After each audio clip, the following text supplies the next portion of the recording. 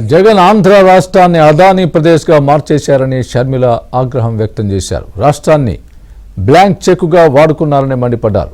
జగన్ అవినీతి అమెరికా వరకు విస్తరించిందని సెటైర్లు వేశారు. అంటే జెన్కో కోల్ ప్రైస్ సెట్ చేస్తున్నది కూడా అదానీ వాళ్ళే. ఈరోజు మరి జగన్మోహన్ రెడ్డి గారికి ఎంత లంచం వచ్చి ఉండాలి? ఇంకెన్ని ప్రాజెక్టులు ఇవ్వలేరు జగన్మోహన్ రెడ్డి గారు. ఇంకోటి డేటా సెంటర్, జగన్మోహన్ రెడ్డి గారు అప్పనంగా ల్యాండ్ కట్టబెట్టేశారు.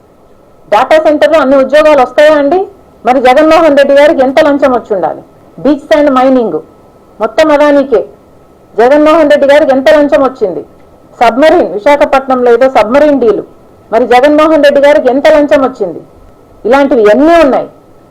జగన్మోహన్ రెడ్డి గారికి ఎంత లంచం వచ్చింది? ఆంధ్ర రాష్ట్రాన్ని ఒక బ్లాంక్ చెక్ గా ఆంధ్ర రాష్ట్రాన్ని కాస్త అదానీ రాష్ట్రంగా చేశారు. మరి ఎంక్వైరీ జరగాల్సిన అవసరం లేదా? చంద్రబాబు గారిని కాంగ్రెస్ పార్టీ డిమాండ్ చేస్తుంది.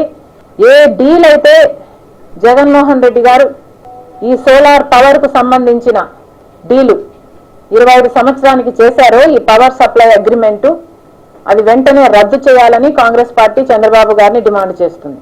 ఇది జగన్మోహన్ రెడ్డి గారి కుటుంబానికి మాత్రమే అవమానం కాదు, ఆంధ్ర రాష్ట్రానికి కూడా అవమానం. ఇంకెక్కడుంది క్రెడిబిలిటీ అని అడుగుతున్నాం. విశ్వసనీయత అని ఇంత గొప్ప గొప్ప మాటలు చెప్తారే మీరు. 5 సంవత్సరాలు ప్రజలు బంగారు అవకాశాన్ని ఇస్తే దాన్ని అన్ని రకాలుగా దుర్వినియోగం చేశారు. ఎక్కడుంది మీకు క్రెడిబిలిటీ?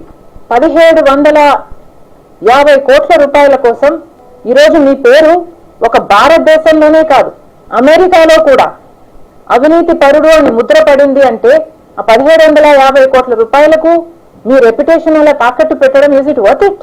అదానీ విషయంలో జగన్మోహన్ రెడ్డి గారు చేసిన ఏకైక డీల్ ఇది మాత్రమే కాదు.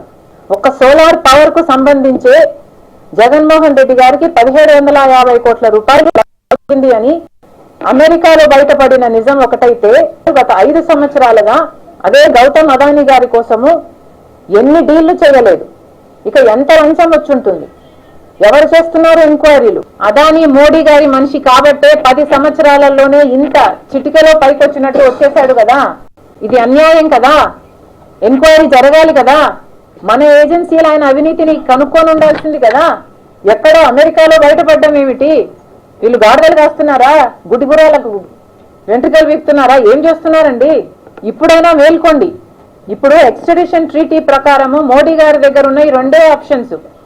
ఒకటి, either he has to extradite him, అంటే అదానీ గారిని అక్కడికి పంపించేయాలి ఎంక్వైరీ కోసం, or he has to prosecute him here, లేదా ఇక్కడైనా ప్రాసిక్యూట్ చేయాలి. మోడీ గారు సమాధానం చెప్పాలి. ఇప్పుడు ఏం చేయబోతున్నారు? ఇంత అవినీతి బయటపడింది. జగన్మోహన్ రెడ్డి మోదీకి దత్తపుత్రుడు. ఎంక్వైరీలు వేసే దమ్ముందా? మీరు నిజంగానే దేశం కోసం పనిచేసే వాళ్ళ, ప్రజల కోసం పనిచేసే వాళ్ళ? నిరూపించుకోండి.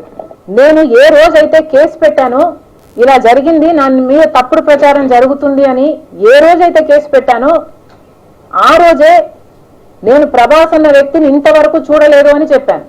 ఈ రోజుటికి కూడా నాకు ప్రభాస్ అంటే ఎవడో తెలియదు. ఈ రోజుటికి కూడా చెప్తున్నా. ఆ రోజు ప్రమాణం చేశాను నా బిడ్డల మీద, నాకు సంబంధం లేదు ఆయనతో అని. ఈ రోజు మళ్ళీ చేయడానికి కూడా చెప్తున్నా, నాకు సంబంధం లేదు ఆయనతో. నా బిడ్డల మీద ప్రమాణం చేసి చెప్తున్నా. జగన్మోహన్ రెడ్డి గారికి ఇవన్నీ నాకు క్యారెక్టర్ లేనట్టు, నాకు ఆయనతో సంబంధం ఉన్నట్టు గత 5 సంవత్సరాలలో మీ సైతాన్ సైన్యం చేత ప్రాపగండా చేయించలేదా? మీకా చెల్లెల మీద ప్రేమ ఉన్నది.